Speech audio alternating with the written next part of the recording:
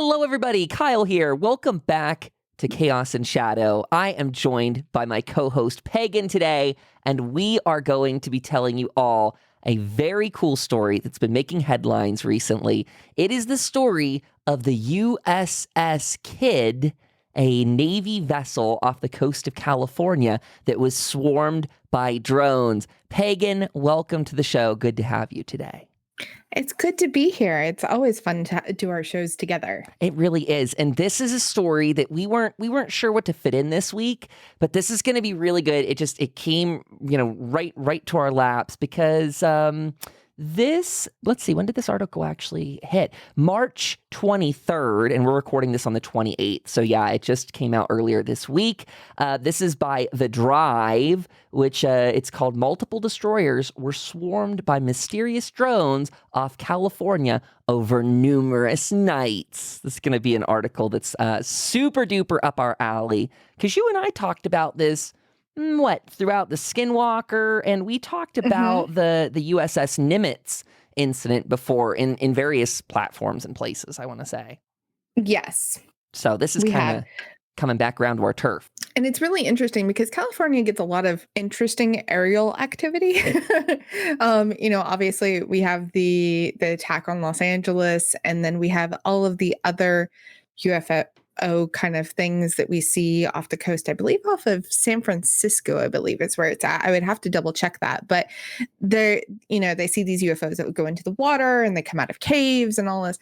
So it's not too out there to really think about, our military being buzzed by, and we say quote unquote, drones. Yeah. So I think the two that you were talking about there, Catalina Islands, I think were the ones. Yes, that's the one. So that actually is going to be right in the same vicinity we're talking about today. Both of those islands are right off of Los Angeles and just a little bit south of LA, south to the point that you start getting into some of the San Diego area there. Yes. Which is why this story gets even more pressing, because I want to say, so the Nimitz one was released in 2017. It broke headlines, but it actually, or was that 2015 now? I'm looking it up, everyone. USS Nimitz. I want to see when this came out, because that was New York Times that broke this. So yeah, that came out about 2017, but those reports came from prior. It's actually tricky. I'm trying to look it up on the side, but there have been so many recent news breaks from the New York Times referring to UAPs, which unidentified aerial phenomena, the new word for UFOs. There's a lot of that going on. I guess, Pagan, also before we get into the meat and potatoes of this story, right off the top, I'll tell people, if you're very much in the UFO vein, we have some really cool interviews coming up about that subject. One with our good friend Katie Webb. She's been on the program before, and this time she's going to come back because she had a really cool Bigfoot story she gave us, but she also in that episode teased some UFO encounter type stuff. So very excited to hear her input. And then Tanya Derenberger, daughter of Woodrow Derenberger, Woody Derenberger being the man who wrote Visitors from Lanulos, meeting Indrid Cold along the side of the highway. So Tanya Derenberger claims to have had contact with Indrid, his crew, and continues to have that contact. So we're going to be asking her some questions about that. That'll be coming up later in the month of April. If you have questions for her, please feel free to go over to revelatornetwork.com /contact, and you can drop us a line for some of those questions. Yeah. Please tell us all your questions for those, because obviously we would love to hear what you guys want to ask, as well as, we always have questions, but we also like to, ask some of yours. Absolutely. We like to get them involved. That being said, though, if you do want to go up and check out the membership section, the subscriber section, it is really cool and growing. We've got exclusive blog posts going on there. We also been putting together an investigative team, a team of volunteers who are looking to do some guest blogging and all kinds of cool stuff. I've been sitting down and doing one-on-one calls with them, and the team is going to be awesome. These are people that I've been working with on Twitter for like the last year. Super cool, super dedicated to what they're doing.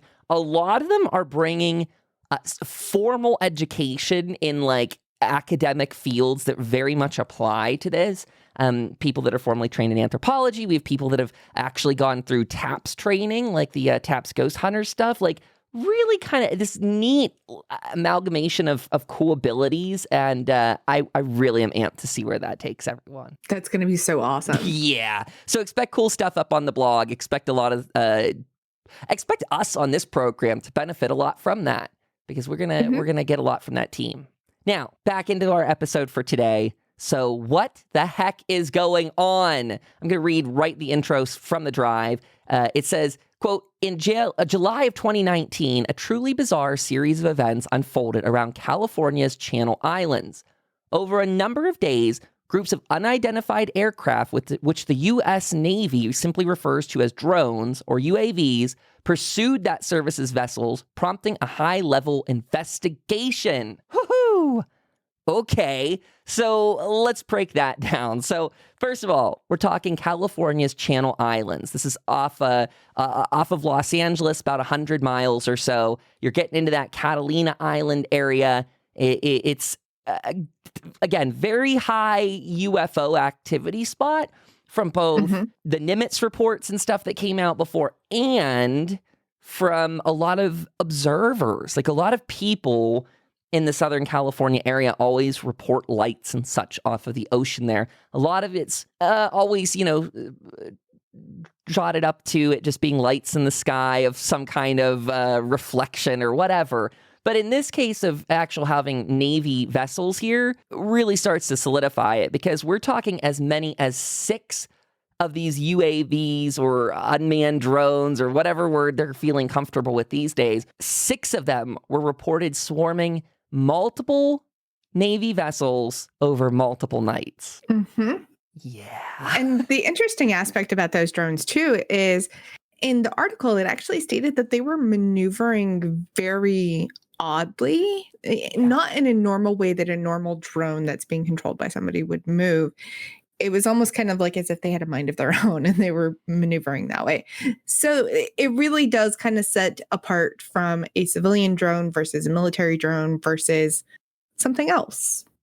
Indeed. And that something else is what we're kind of leaning towards with this, because these are very unexplained.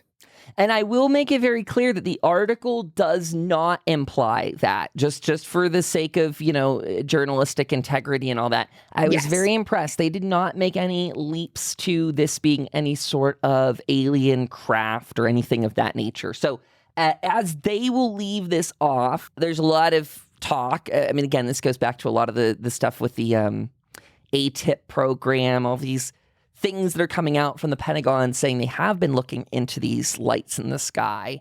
A lot of it's thought to be foreign powers that may have made a technological leap.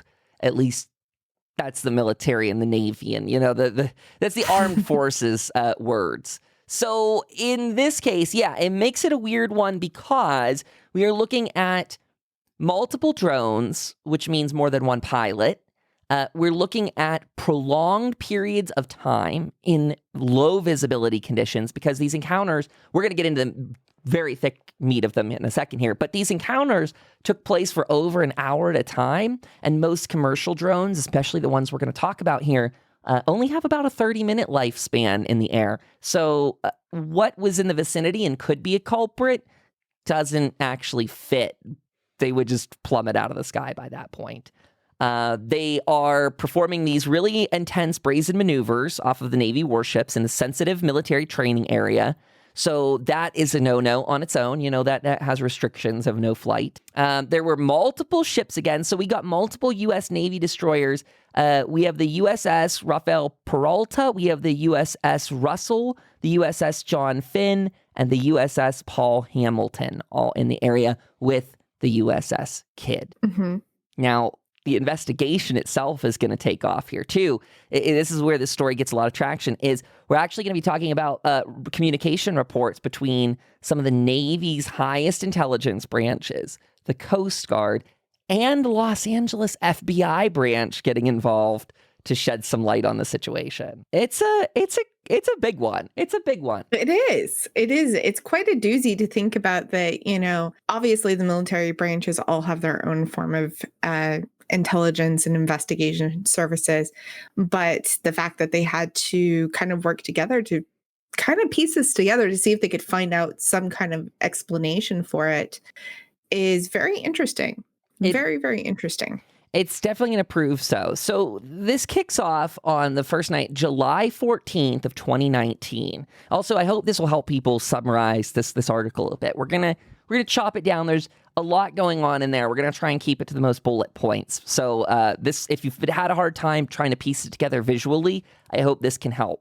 So July 14th, 2019 begins with UAV being sighted by the USS Kidd around 10 p.m. Deck logs show that Snoopy teams were sent to investigate. These Snoopy teams stand for Ship, Nautical, or Otherwise Photographic Interpretation and Exploitation Team. So these Snoopy teams are basically manned observer teams that are dispatched to different areas of the ship, sometimes carrying like commercial grade video hardware and stuff. I mean, I in some of these pictures you see them holding camcorders. I don't know what they hold these days in the time of modern cell phones, but either way, they go out, they look at things, they kind of bring it back to command. A lot easier. Like these ships have huge sensor relays on them, but that stuff's meant for counter, or it's meant for surveillance and all kinds of things like that. Not necessarily finding little tiny, like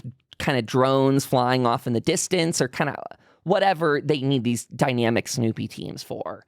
So 15 minutes after the USS Kidd deploys the first Snoopy team, the boat goes into what they call MCON, or emissions control mode. So they start cutting down on their electronic emissions, not as much radio contact, to cut down on profile. Now, I'm not sure if that was part of I believe that is part of like the exercise they were going through out there, but that wasn't really said. So it does leave a part of my mind wondering, was the MCON emissions control because of a sighting of drones? Like, is that, I don't know how seriously they take that sort of stuff. Like, do you see a thing and then go into MCON, or was that just practice off the coast? Hard to say. Well, from my knowledge, and my knowledge is very limited, so if there's any listeners out there that would know this answer, please let us know. We would love to hear, why that actually takes place. I do know that if there's some sort of unexplained event and they can't track where, say, a plane, or in this case a drone or something, is coming from, I do know that sometimes they will kind of go a little bit like radio silent, just to make sure they're not being, I guess, spied on by someone else. Bingo. That is exactly the point of emission control right there. So I don't know if that was because they saw that, or if it was because of training that was already taking place. But either way, I'll leave that door open for someone that might know a little bit better. The USS Kidd then warns the Rafael Peralta, and they activate their own Snoopy team following. At this time, the USS John Finn shuts off their AIS transponder, so that made it a lot harder for the drive to actually try and correlate where these ships were, because they just have one less tracking location showing up. And this one caught your eye, Pagan. There was a flashing red light that's spotted by the John Finn shortly after the initial sightings. This is about 30 minutes into it. That'd be about 10:30 p.m. about when they start seeing something red flashing in the sky. Mm-hmm. And then white lights. Yeah, there was white lights too. I was going to say that the white lights and the red lights really caught my attention with this and made it kind of go, huh, okay. And this is something that we do see in this area quite a bit, are these flashing lights, these lights that are from unexplained sources. So the fact that they're seeing them over the deck and they don't know officially the causes, that makes them very interesting. Yeah, I'm fascinated because that white light goes near the USS Rafael Peralta's flight deck. So a little quote here from the article. They say, quote, "The log reflects that the drone managed to match the destroyer's speed, with the craft moving at 16 knots in order to maintain a hovering position over the ship's helicopter landing pad. To further complicate what was already complex maneuver, the drone was operating in low visibility conditions, less than 1 nautical mile, and at night." So that, to me, makes it seem next to impossible to have that be a commercial drone of any kind just messing around. Though I've never piloted a drone, but just watching people try to pilot drones, I feel like you'd need to be beyond a professional if it's even possible with what we have tech-wise to do this. And we'll get into the types of drones that they think that they are later on, but ultimately, these types of drones, I feel like, again, I'm one of those people that's also never operated a drone. My son has, but that's as close to drone maneuvering I've ever seen. And I know that they are not super easy to navigate with either. Like it's a lot of line of sight, or there's a camera that's attached to it to help you determine what's going on. And so these are 100 miles away from a coast, which it makes it, you think, go, and there's no other boats in the area that they can see, as far as I know. That makes it very interesting of how did the drones get there and who was operating them? Because you need that kind of space and, obviously that radio signal to operate them. So, this is interesting. That gets us into some other interesting ones too, because there are some other ships that will pop up in the area, but they each have like a little interesting report to tack on to that. So that encounter winds up being 90 minutes in total, way past the 30 or so minutes we can keep one of these commercial drones in the air. Night 2, July 15th, so the following evening, the USS Rafael Peralta spots objects and deploys Snoopy teams at 8:39 p.m. More objects in the sky. So much. If you all need to do yourselves a favor if you can and pull up some of these ship blogs that go along with it, because there were so many pieces of activity going on for the USS Russell in particular on this night that I didn't even bother to make notes of them. I just took the photo, or like just grabbed the photo for our notes, because they're spotting these drones left, right, and center over these ships.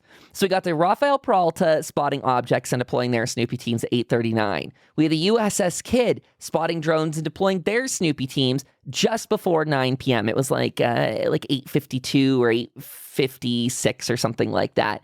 By 9:20 p.m., the USS Kidd log simply remarks that there's multiple UAVs around the ship.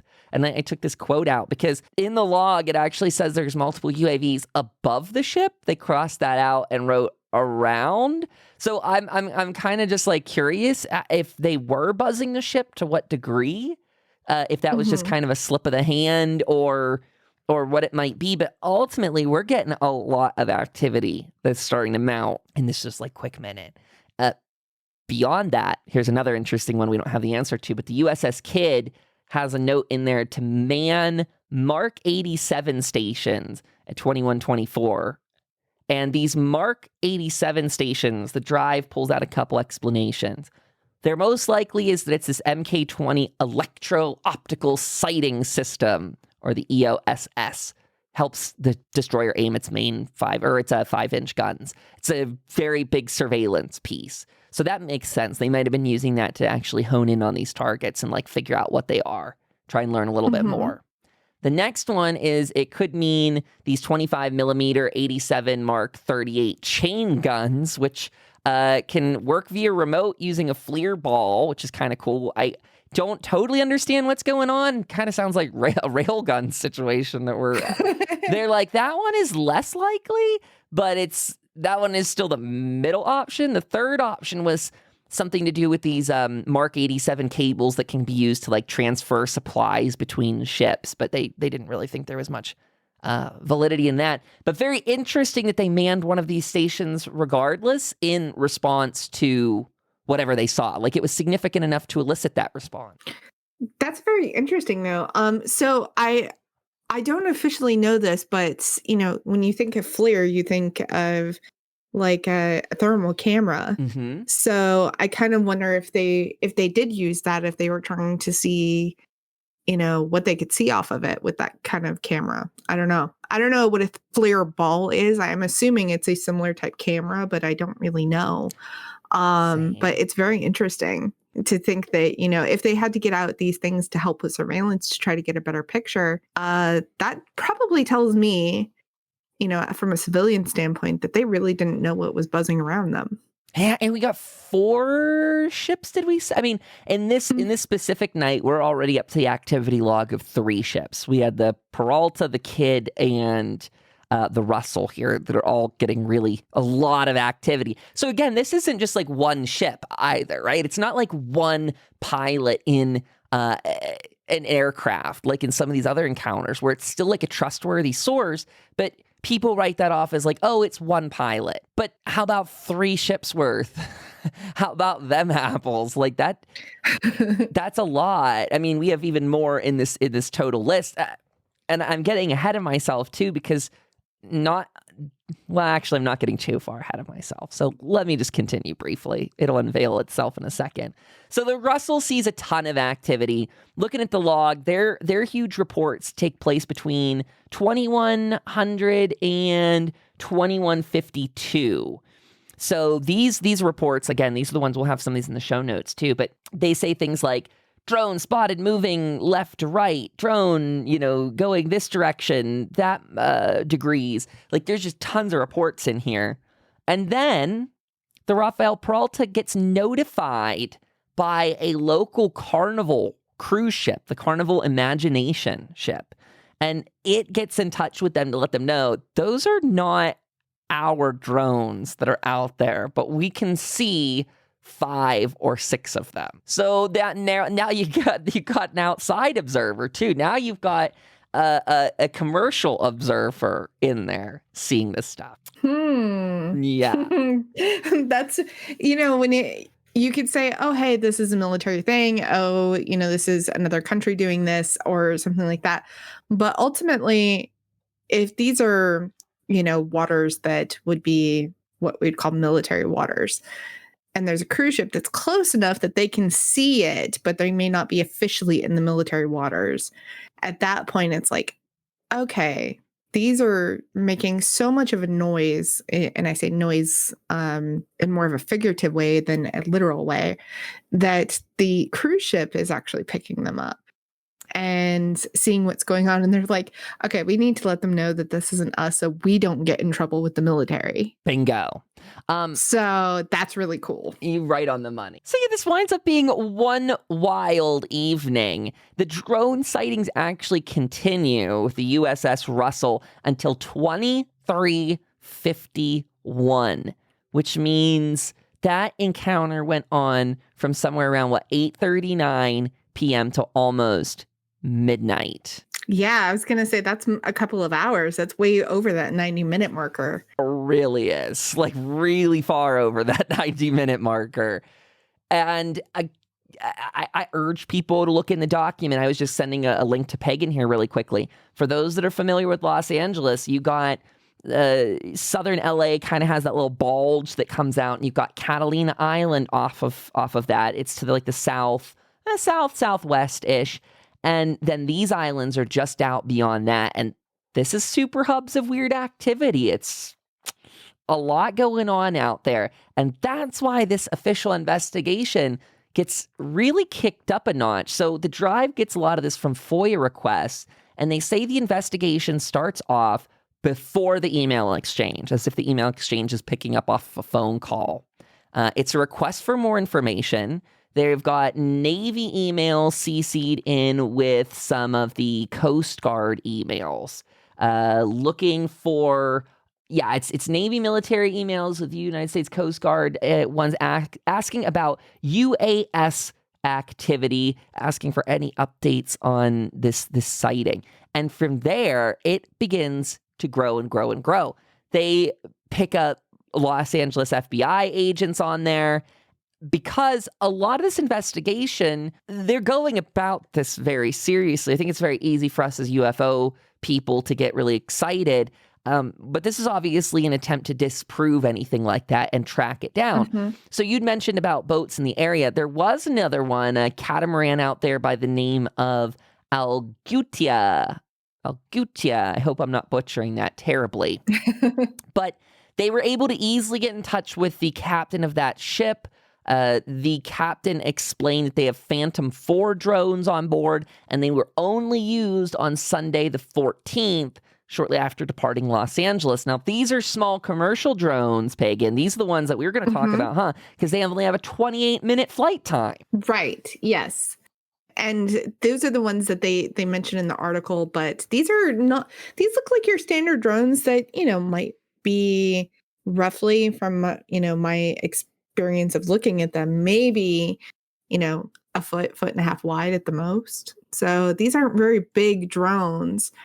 And, these drones that are buzzing around this area, they were probably large enough to be seen, obviously, several miles away by cruise ships. So it's kind of one of those things when you start really looking at it, you're like, huh, okay. And they only have a 28-minute flight time. Obviously, not these drones, the drones that are buzzing the Navy ships, 90 minutes to a couple of hours. So not the same.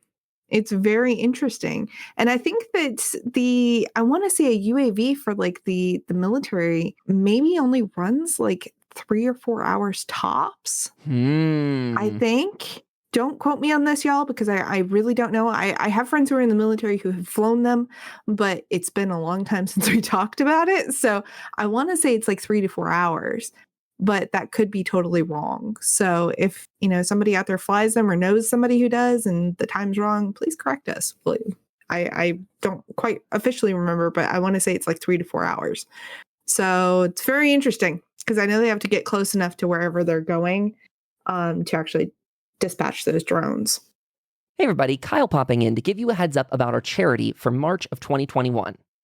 It's Multiple Sclerosis Awareness Month, and if you're unaware, Pagan was diagnosed with it over 7 years ago.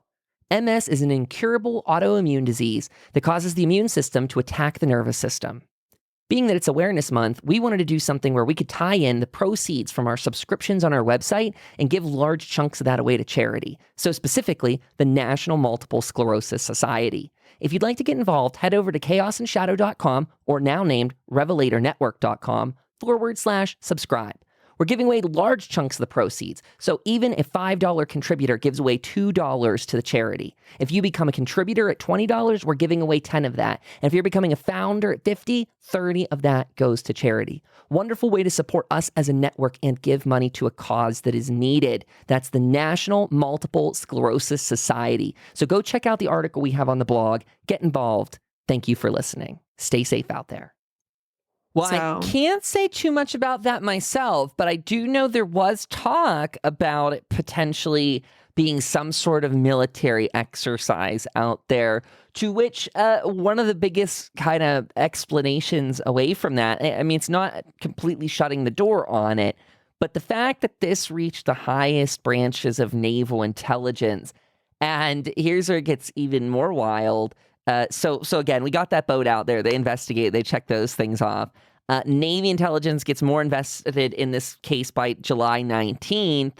And then as this investigation is kicking up, on July 25th, it starts all over again while the eyes are on the situation.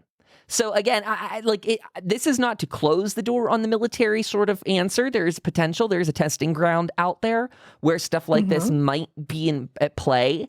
And there are people out there that say that, sometimes these are super high classified projects being tested on other military or Navy observers and such. But this sounds, if you're landing on the flight deck of a destroyer or something like that out there, or any of these vessels that were out there, you're really impeding with their normal operations. For it to make it this high up the Navy's command chain and not be resolved, but instead escalate, seems all the stranger, because our case on July 25th starts again on the USS Kidd around 1:20 a.m. when they activate their Snoopy teams and don't recall them until 1:52 because they saw more stuff. They saw more movement. They're saying, I believe it looks like they got commanding officer on the main bridge coming on for their Snoopy teams. And it gets even more wild because on the 30th, as we look through these logs, July 30th, more Snoopy teams get activated at 2:15 a.m.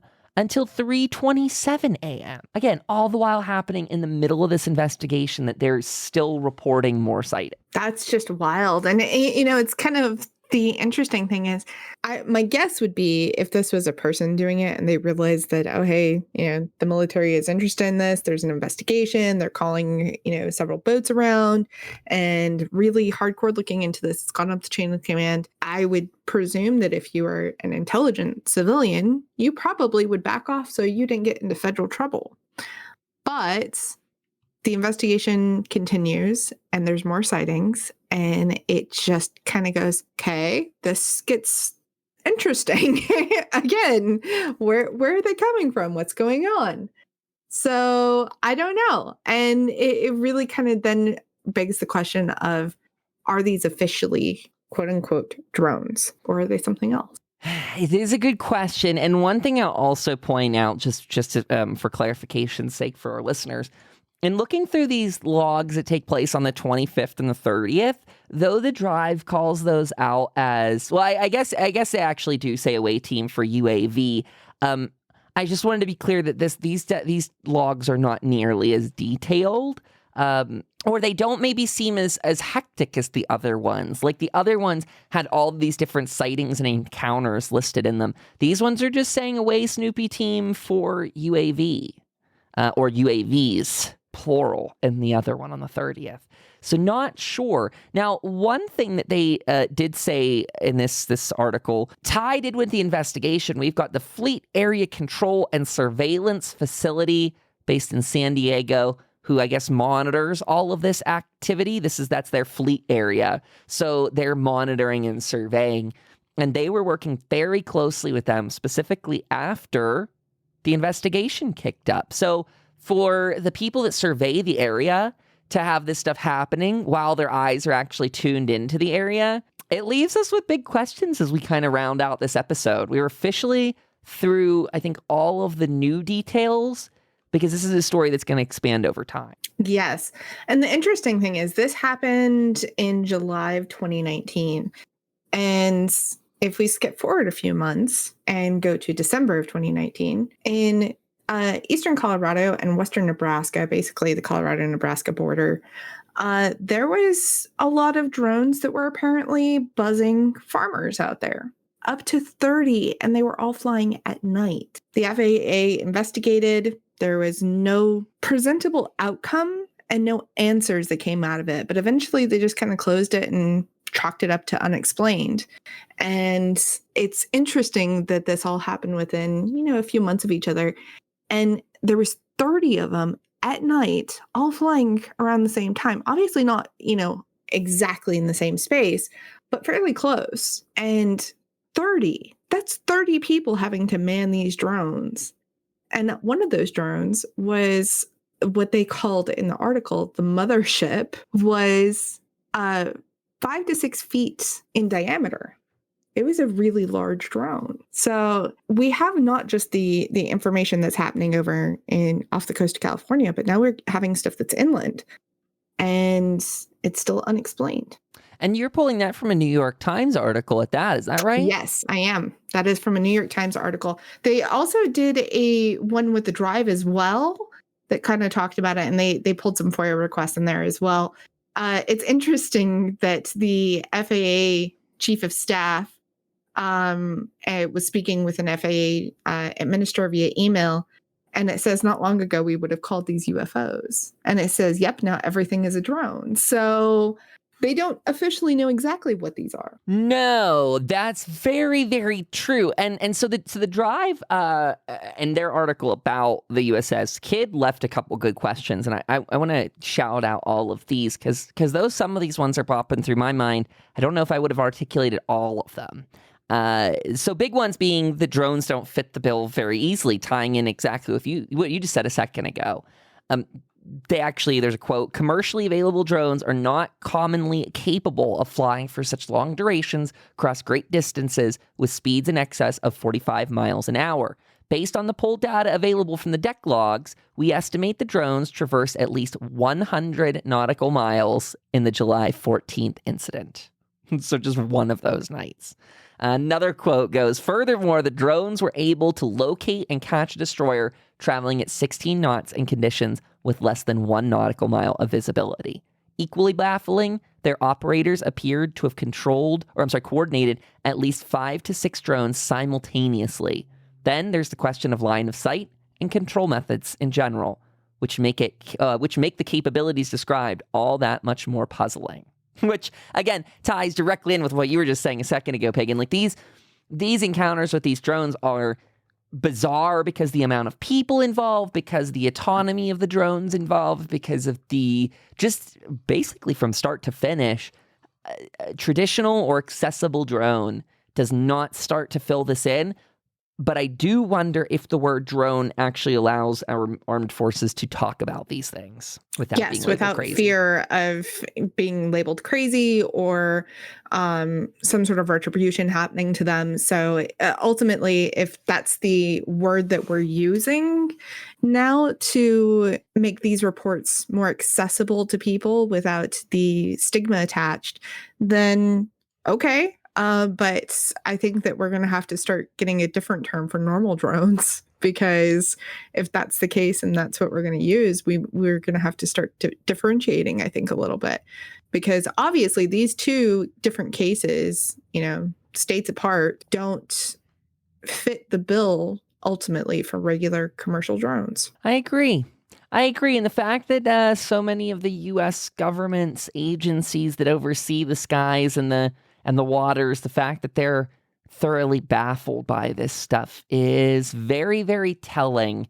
Or, I'll say that much, because clearly whatever it is ruffles enough feathers for a bunch of emails to be sent, and people don't like emails, and no one likes sending or receiving emails at that. So it's like, for all of this extra research to be put through, and by the way, I mean, this might sound petty, but I do believe that I believe there's death, taxes, and one other element that will always run in humanity, and I think that is laziness. We're always lazy. We're always trying to cut corners, and these emails are just filled with people on the CC line, like all of these Navy military handles. Like, there's in some of them over 6 or so high-ranking commanders and stuff that are all in here, which means, again, this is an email going to a lot of people's desk that's like, did you see that drone that's out there? Here's the information we got back when we probed into the investigation. Nothing was found out. So I'm just saying there's something to the validity of it. There's something that makes this stuff go up the chain. And if it were something very simple, like maybe the military doing some testing, I don't know. I would think that gets resolved, but I will shout out that the Drive has a little comment to that too. They said, quote, the San Clemente Island is nearby training area for Fleta Hot. I think that's like the name of the kind of the zone there. They're host to be a bevy of testing, which can include classified programs, but still no UAV activity was scheduled by that command I mentioned earlier, the Fleet Area Control and Surveillance Facility. So none of that was marked, and the sightings continued after it was brought to the top brass. So why? Why? There's way too many whys associated with this. And, there was a lot of whys associated with the Colorado and Nebraska incidents as well. And people just don't know. They suspected that it was military. They suspected that it was survey teams working at night, which is weird. And they expected that it was like imaging, like it's almost satellite imaging for like Google or something. But anybody who's ever looked at Google Maps, it usually never takes place. Those images are never in the dark. They're never at night. They're usually during the day. So it's interesting to think that it's like, why would we use drones when satellites are just as effective and easier? So I don't know. There's a lot of questions with this, but ultimately it happened. It happened in both locations, and the California coast continues to be an interesting place for aerial phenomenon. I agree. There's some interesting things in the comments too. People saying, this could be Chinese subs in the water having their own sort of drone tech going on out there, trying to buzz our crafts and stuff like that. And they say, Lord help us if any smart people in the military are blaming this on UFOs from space. And to that person, I just out loud say, at least this article didn't blame it on UFOs from space, and the deck logs didn't. So I don't know. I definitely think the idea of our adversaries, buzzing us and stuff, definitely a thing that has happened in the past. So I don't know to what degree this all goes down. I'm not in the geopolitical waters enough to know about that one. But I can say you're really pushing it in one sense. You're really like that's what starts war. So historically, having read cases of captains and all that doing stuff around the Cold War, you definitely didn't put yourself in those situations intentionally to get your people fired upon and start doomsday. So I'm like, I don't know. I mean, I can understand the idea of wanting to be dicks to your competitor, but like, is it enough to fly drones around them and potentially start a war? So I don't think so. Like, I don't think China would be like, yeah, submarines, go ahead and fly our advanced Navy drones, off of their ships, because all it would take is them getting caught and then, one person opening fire on the other and bada bing, bada boom. So no. Yeah, that's how war gets started. We don't like wars. And I know that wars are very taxing and financially taxing and also emotionally and physically taxing to countries. So yes, there have been reports of people pushing the boundaries in the past, but ultimately it gets stopped. And the fact that, this continued, several days later, or I'm sorry, even, a week later, it ends up being that one of those things that I don't think that this is another country pushing our buttons. I think that this is something else. I think the one, and that's just my opinion, especially over like that you mentioned over the inland states here. I don't think that that makes nearly as much sense in those cases then, right? Like, right. They were over farms, like literally farms in the middle of nowhere.